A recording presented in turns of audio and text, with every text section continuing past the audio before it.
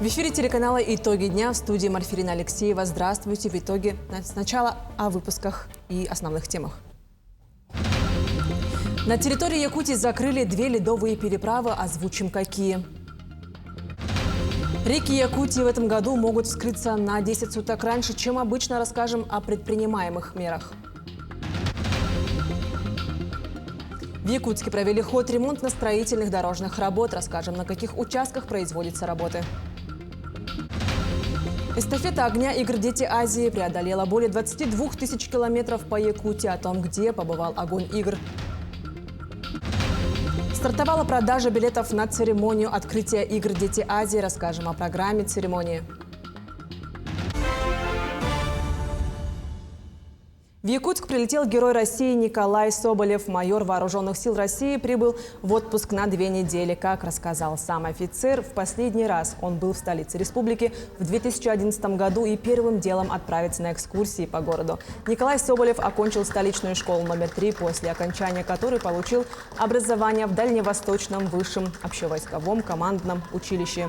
До назначения в зону проведения специальной военной операции командир батальона Вооруженных сил выполнял свой профессиональный долг на территориях арабских стран. Напомню, Николай Соболев стал 6-м героем России из Якутии. Гордость, такое прям ответственность, очень большая ответственность. Все такое, сами видите, какое уже внимание идет. То есть мы уже такие непростые люди, как говорится, нельзя ошибиться уже, все, вот уже по-другому никак. Это было непривычно, опять же, такие, как там вот нас вот вроде наградили, и мы где-то еще, наверное, сутки-двое, наверное, думали, вроде вот уже награда, а вроде и нет, непонятно было. Во Владивостоке обсудили вопросы подготовки регионов Дальнего Востока к возможным пожароопасным и паводковым периодам. Так, на совещании Совета при уполномоченном представителе президента Российской Федерации в Дальневосточном федеральном округе Юрием Трутневым речь шла и о прогрессе в реализации долгосрочных планов социально-экономического развития городов Дальнего Востока и темпах строительства объектов в рамках отраслевых государственных программ. Подобные заседания проводятся ежегодно. Безусловно, вклад каждого региона Дальнего Востока в дело общей победы очень велик.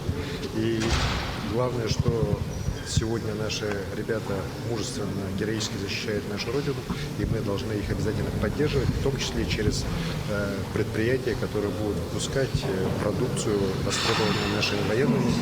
И с этой точки зрения в прошлом году Якутия уже неплохо отработала по выпуску снегоболотоходов «Сокол», по выпуску дронов, саходронов и по модульным водоочистным устройствам, которые тоже востребованы в условиях специальной военной операции.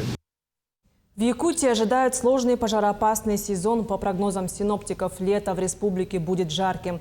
Температурные рекорды прогнозируют во многих регионах страны. Об этом также в ходе прямой линии заявил глава Якутии Айсен Николаев. Глава Якутии отметил, что идет серьезная подготовка к пожароопасному сезону. В этом году федеральные средства поступят в таком же объеме, как и в прошлом. При этом будет увеличено финансирование из республиканского бюджета. Пожароопасный сезон текущего года в республике прогнозирует высокую степень горимости в лесах, а также дефицит осадков. Сегодня на территории Якутии закрыли 2 ледовые переправы муниципального значения. Это Нюрбинский район, ледовая переправа Мирный Накын через реку Марха, Аймеконский район, ледовая переправа Усть-Нера-Дражный через реку Индигирка. Также в Жиганском районе снижена грузоподъемность на ледовой переправе поселок Жиганск, аэропорт, через реку Стрекаловка, 10 тонн. Всего в республике функционируют 3 ледовые переправы. Республиканские силы готовы к работам по пропуску весеннего половодья. Состоялся осмотр готовности оперативных групп, которые заступят на дежурство в районах. Все группы прошли обучение, получили полный комплект снаряжения и необходимой техники. Тему продолжит Александр Хавренко. По предварительным прогнозам метеорологов, реки в этом году могут вскрыться на 10 суток раньше, чем обычно. Во многих районах Якутии существуют опасные участки, где возможны заторы и затопление населенных пунктов. Для того, чтобы минимизировать ущерб от паводка и пропустить талые воды безопасно, в районах будут дежурить мобильные группы, состоящие из сотрудников МЧС и службы спасения. В готовности у нас с сегодняшнего дня было 8 оперативных межведомственных оперативных групп в составе 111 человек, 25 единиц техники, 7 беспилотных авиационных систем и 3 воздушных судна, в том числе 2 воздушных судна МЧС России Ми-8. На сегодняшний день у нас на вооружение также дополнительно поступили 2 вездехода типа «Бурлак», 1 экспедиционный, 1 с аварийно-спасательным оборудованием. Для спасателей действительно наступает горячая пора. Якутские реки непредсказуемы. Невозможно предугадать, как точно пройдет паводок. Но можно к нему подготовиться и предпринять оперативные меры. Задача одна – это безопасный пропуск паводковых вод. Если в случае какие-то нештатные ситуации в плане затопления, то эвакуация населения. Также десантная группа работает по эвакуации. У нас, как каждый год, такое бывает, что охотники на острова заезжают раньше для дохода и потом просят помощи. И тогда десантная группа с вертолета эвакуирует пострадавших. На период паводка все специальные службы переведены в режим полной готовности, чтобы в случае нештатной ситуации прийти на помощь тем, кто в ней нуждается. Александр Хавренко, Иван Сорокаумов, Якутск. Жителей Ленска объединила коммунальная проблема. Из-за резкого потепления и таяния снега в некоторых дворах в центре города образовалась огромная лужа. Об этом местные жители сообщили в социальных сетях. Так, около детской библиотеки во дворах по улице Аюнского с приходом тепла образовалось озеро. Из-за его солидной глубины автовладельцы боятся проезжать по двору. Аналогичная ситуация образовалась и около профилактория «Кедр» с проблемой в городской администрации.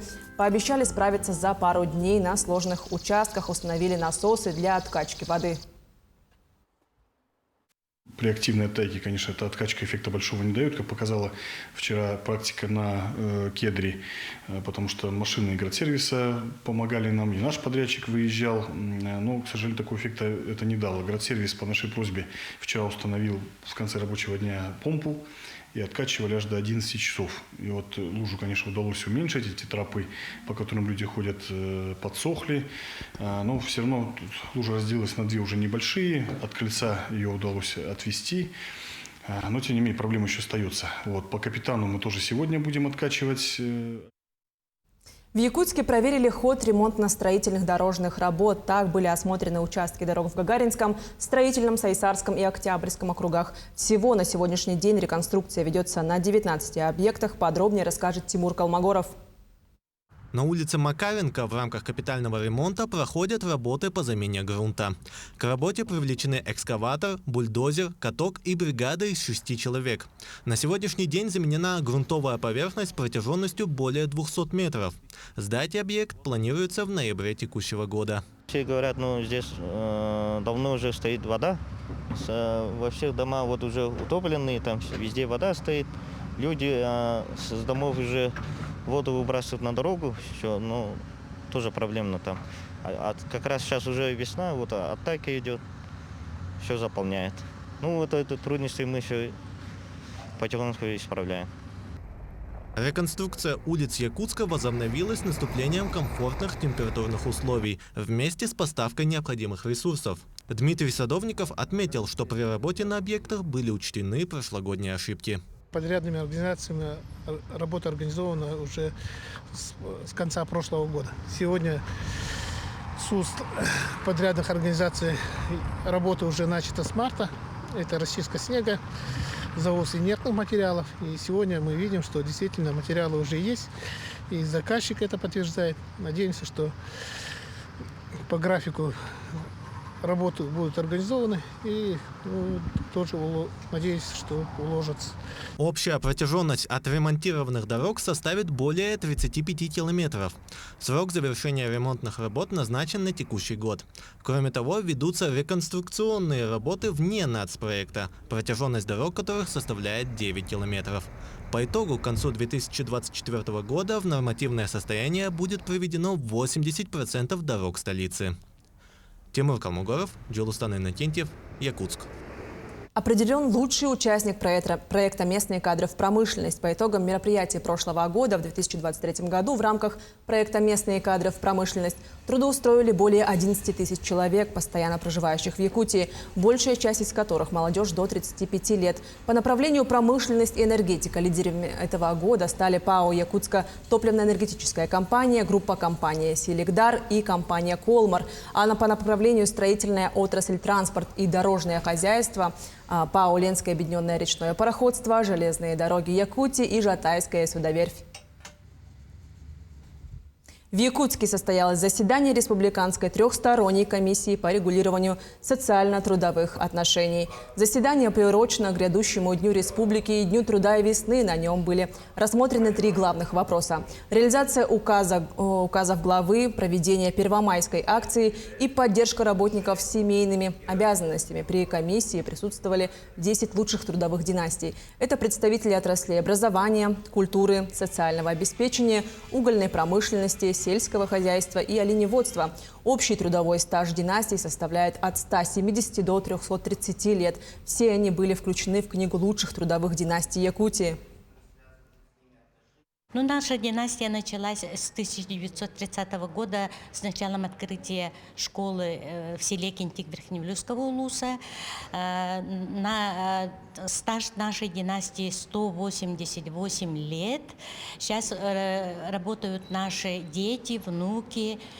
Скоро пока учатся наши правнуки, но они будут тоже работать.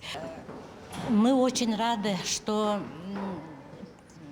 занесены в Книгу почета лучших трудовых династий Республики Саха-Якутия. Гордимся этим. В преддверии Дня Республики около 40 учащихся Якутска, Ленска, Алдана, Алёкмы и Чурапчи получили первый важный документ в жизни – паспорт гражданина Российской Федерации. В Якутске торжественное вручение состоялось в зале смарт-библиотеки. Так паспорта получили 24 учащихся, среди которых ученица 33-й школы Светлана Михайлова. По ее словам, получение паспорта гражданина страны повышает ответственность перед родителями, школой и родиной. Мне 14 лет, и я сегодня впервые получила свой первый паспорт. Я очень волновалась, когда получала его. Паспорт описывает твое удостоверение личности. То есть по нему ты можешь попасть куда-то и подтвердить, что ты именно этот человек. Когда я закончу школу, я, наверное, уйду после 9-го, либо останусь до 11-го. Тут как время пойдет. Я бы хотела поступить на ветеринара. С 19 апреля в Нюрнгринском районе начало работать местное отделение общероссийского общественно-государственного движения детей и молодежи «Движение первых». О проделанной работе и ближайших планах движения узнавала наша съемочная группа.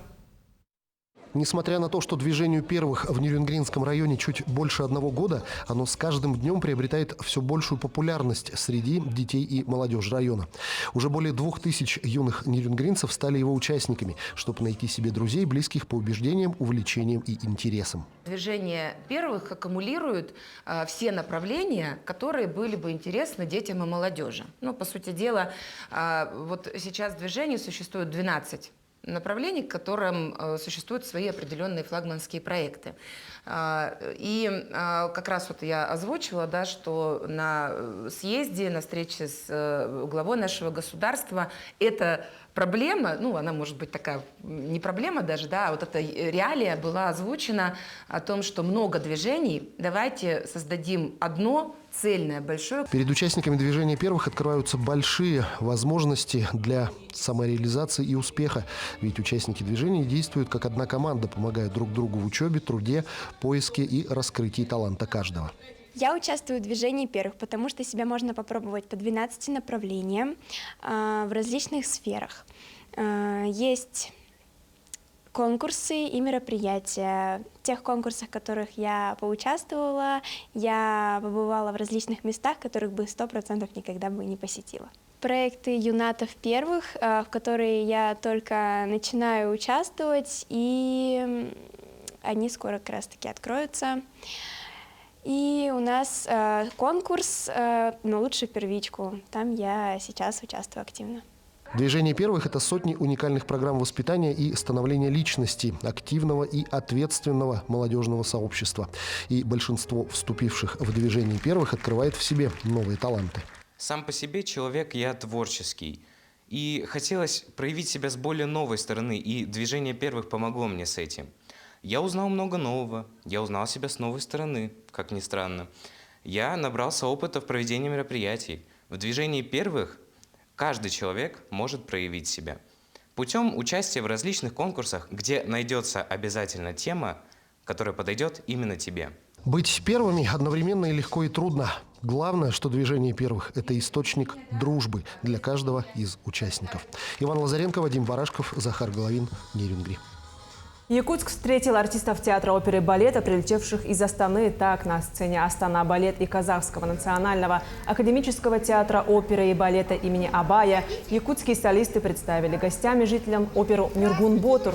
В постановке было задействовано более 200 человек. В состав делегации входили музыканты оркестра, артисты оперы, балета и драмы, исполнители хора. Опера Андрея Борисова впервые показались за рубежом. Она вызвала восторг у зрителей. Отмечу, что произведение написано Марком Жирковым по мотивам героического якутского эпоса «Оломхо». Это большая возможность выступить перед новыми зрителями, перед зрителями Казахстана, Кыргызстана. И были очень хорошие аплодисменты, овации, кричали «Бис, браво!». Мы все очень счастливы и горды за свою республику. Полные залы были, это был успех, оглушительный триумф. И казахстанский зритель, и кыргызстанский зритель очень доволен. Активисты и волонтеры республики встретились сегодня в рамках слета молодежи Всероссийской общественной организации «Общее дело». В рамках мероприятия добровольцы выступили с проектами о вреде табачных изделий и алкоголя. Подробнее о встрече смотрите в сюжете Дарьи Короленковой. Встреча прошла в формате «сверстник к сверстнику». Такая методика распространена среди школ и гимназий, где дети и подростки получают ценную для здоровья информацию. Не от взрослых, а от таких же ребят, как они сами. И этот метод зарекомендовал себя как один из самых эффективных. Это конкретно почему? Потому что подросток, он другому другу подросток. И на такой хорошей дружеской ноте они могут влиться и собственным языком продлить им, можно сказать, путь, протоптать дорожку к правильному месту. По моему мнению, это крайне важно, так как молодежь должна видеть то, что такая активность, она популярна, то, что такая активность, она модная, даже можно так сказать. Рассказали уже о том, что вейп, сигареты вредят нашему здоровью, и раздали брошюрки с QR-кодами, где можно посмотреть фильмы о табакокурении и почему это все вредит.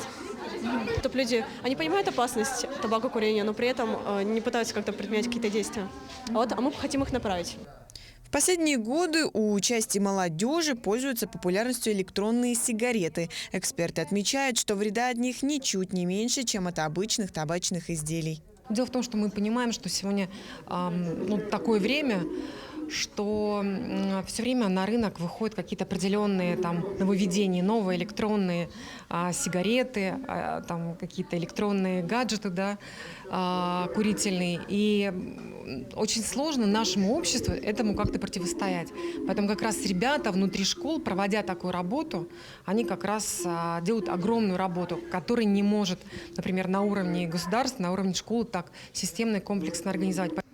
В будущем в рамках проекта будут проведены обучающие вебинары для школьных отрядов и специалистов в сфере профилактики употребления психоактивных веществ в детской и молодежной среде. В нем примут участие педагоги, социальные работники, родители и добровольцы. Спикерами вебинаров будут одни из лучших российских специалистов в сфере профилактики. Дарья Короленкова, Илья Сыромятников, Якутск. Награждены спортсмены, принимавшие участие во Всероссийском фестивале «Игры ГТО». Мероприятие было приурочено к десятилетию возрождения физкультурного комплекса «Готов к труду и обороне». Команда из Якутии по количеству завоеванных медалей заняла первое место среди всех регионов России, оставив позади 50 команд и более 150 спортсменов, принимающих участие. индивидуально. Напомню, что Всероссийский фестиваль игр ГТО проходил с 18 по 22 апреля в городе Сочи. Мы вместе с Министерством спорта Республики, наша федерация направила 14 атлетов на участие. И впервые вот мы взяли 2 золотые медали, 2 серебряные. Да, то есть среди профессионалов Геннадий Чемчуев золото, среди профессионалов женщин Александра Барашкова 2 место, Леонид Зырянов среди любителей 40+, ну это возрастная категория, золотое место, и Джилус Борисов занял 1 место среди любителей. Эстафета огня игр «Дети Азии» преодолела более 22 тысяч километров по Якутии. Огонь побывал в Верхнеколымском районе. 25 апреля огонь встретили жители поселка Зырянка в Верхнеколымском районе. На сегодня эстафета огня посетила 17 районов республики. Впереди еще половина пути. Символ «Дети Азии» пронесли 220 факелоносцев. В организации события приняли участие 430 волонтеров. Стартовала продажа билетов на церемонию открытия 8-х игр «Дети Азии». Торжественная церемония состоится 26 июня в 19 часов на стадионе Туймада. А приобрести билеты на нее можно уже сегодня. Сообщается, что для зрителей готовят 3-часовую программу. Это парад делегаций спортсменов с флагами стран-участниц, вокальные и хореографические номера, а также выступления известных артистов. Главная тема церемонии – открытие путешествия в арктическую вселенную. Путь за медалью, высшие пробы тернист и сложнее, чем кажется. Юные спортсмены Астаны приняли участие в образовательном проекте «Путь к Олимпу». Ребята узнали о принципах честной борьбы, идеях олимпизма и получили уникальную возможность пообщаться с призером Олимпийских игр по стрельбе из лука Туяной Дашидаржиевой. «Путь к Олимпу» прошла и моя коллега Надежда Саханская. Будет небесам жарко, сложат о героях песни. В спорте надо жить ярко, надо побеждать честно. В рамках подготовки к 8-м международным спортивным играм «Дети Азии» в Астане проходит специальный теоретический блок для подрастающих чемпионов. Это и психология лидерства, а также как правильно побеждать и ставить цели. Всего в мероприятии приняло участие около 50 спортсменов. Ребята узнали о важности честного соперничества, научились контролировать свои эмоции в стрессовых ситуациях, а также прослушали лекцию о важности антидопинговых правил. Любой спортшы, Усейн Болт болсын, Роналдо болсын, кім болсын, олар төртке бірге барады, бір маманмен. Выпускник игр «Дети Азии», а нынче главный судья предстоящих соревнований по боксу Мирей Акшалов подчеркивает необходимость проведения подобных мероприятий, поскольку в начале его спортивной карьеры сборов такого характера не было. Я всем всегда говорю, чемпионат и игры – это 2 разные вещи. Ты можешь стать чемпионом мира, но не можешь выиграть чемпиона Олимпийских игр, либо азиатских игр. Это здесь психологическое давление, здесь командные, там все, ну чуть-чуть такое, есть своя разница. Помимо психологической подготовки, ребятам рассказывают и о важности антидопинговых правил. Вовлеченные в спорт высших достижений люди должны понимать, что в честной борьбе нет места запрещенным препаратам. Важно, чтобы дети с детства уже понимали и могли делать правильный выбор в пользу чистого спорта, в пользу использования только проверенных, защищенных препаратов, которые разрешены для использования в спортивной сфере, чтобы дети уже могли различать, как мы говорим, хорошее от плохого. Принимающая сторона осталась довольна. Спортсмены и центры подготовки настроены на дальнейшее сотрудничество, что в целом неудивительно, ведь Казахстан – самая постоянная страна-участница в «Детях Азии». Республика Казахстан является одной из 3 стран, которая принимала участие с самого начала, с 1996 года, во всех играх, и летних, и зимних играх. И заявка по участию в 8-х играх, она на сегодняшний день одна из самых массовых команд, делегаций. Путь к Олимпу прошел с максимальной пользой для ребят и в дальнейшем послужит им маяком к новым свершениям. А это значит, на грядущих играх нас ждет яркая и честная борьба за медали. Надежда Саханская, Георгий Григорьев, Астана, Якутск. Такую увидели уходящую пятницу наши корреспонденты. Ну а я с вами прощаюсь. До встречи в дальнейших эфирах.